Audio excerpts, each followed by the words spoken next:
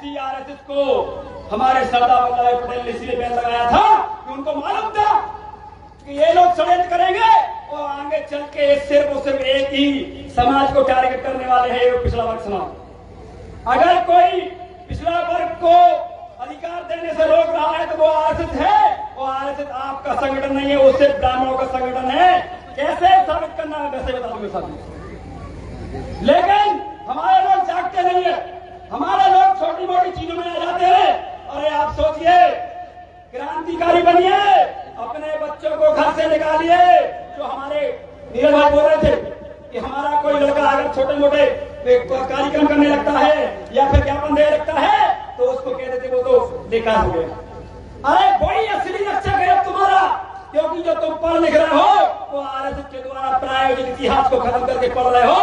जो लड़का सीना तान के कलेक्टर के सामने, एसपी के सामने आपके किसानों की बात कर रहा है, मजदूर की बात कर रहा है, अधिकारों की बात कर रहा है, वही आपका असली बेटा है। मान लीजिए, भूल जाइए कि आप इस देश के अंदर, इस देश में राजा बलि से लेके हिरण्यकश्यप से लेके और शिव से लेके ये आपके राजा हैं। लेकिन आपको उन्होंने पता नहीं क्या क्या, आपके घरों में देखिए, पहले हमारे घरों में इनके सब कुछ हुआ करता था, पूजा पद्धति बदली।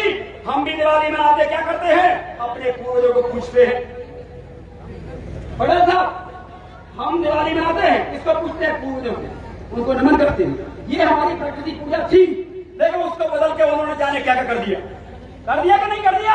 हम चाहते हैं हमारे जो पूर्वज जो चले गए इस दुनिया से, उनको नमन करते हैं, उनको याद करते हैं। लेकिन ये प्रकृति पूजा है, लेकिन इन्होंने एक मनुवादी पूजा लेके आए और तमाम प्रकार की चीजें वहां पर जिंदाबाद के नारे लगवाते हैं। मैं इन पे नहीं जाना चाहता, मैं कहना चाहता हूं अनिल मिश्रा से, जो बार बार कह रहा है कि संविधान खत्म कर देंगे, बाबा साहब का संविधान, बाबा साहब को खत्म कर देंगे। मैं आपको एक चैलेंज करता हूं यहां कि आप ये गलत सोच में है कि सिर्फ एससी समाज बाबा साहब को मानता है।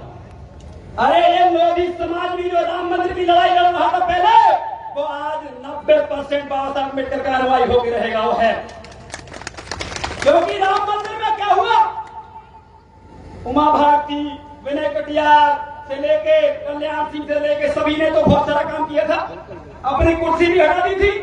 लेकिन एक भी पिछड़ा वर्ग का व्यक्ति उस कमेटी में नहीं है जिस कमेटी से मलाई पूरे देश में ब्राह्मणों को भेजी जाती है। साहब बताइए, अगर राम हमारा है तो ऐसा द्वेष क्यों किया कि हमें राम मंदिर की कमेटी में नहीं रखा गया? बताइए आप, बताइए, हाथ खड़े करिए, रखना चाहिए कि नहीं रखना चाहिए?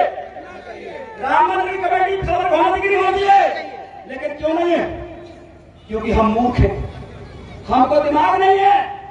हम उनकी बातों में आते हैं, उनके छलावे षड्यंत्र में आते हैं। उन्होंने बोल दिया कि हिंदू मुस्लिम करो, करने लगे।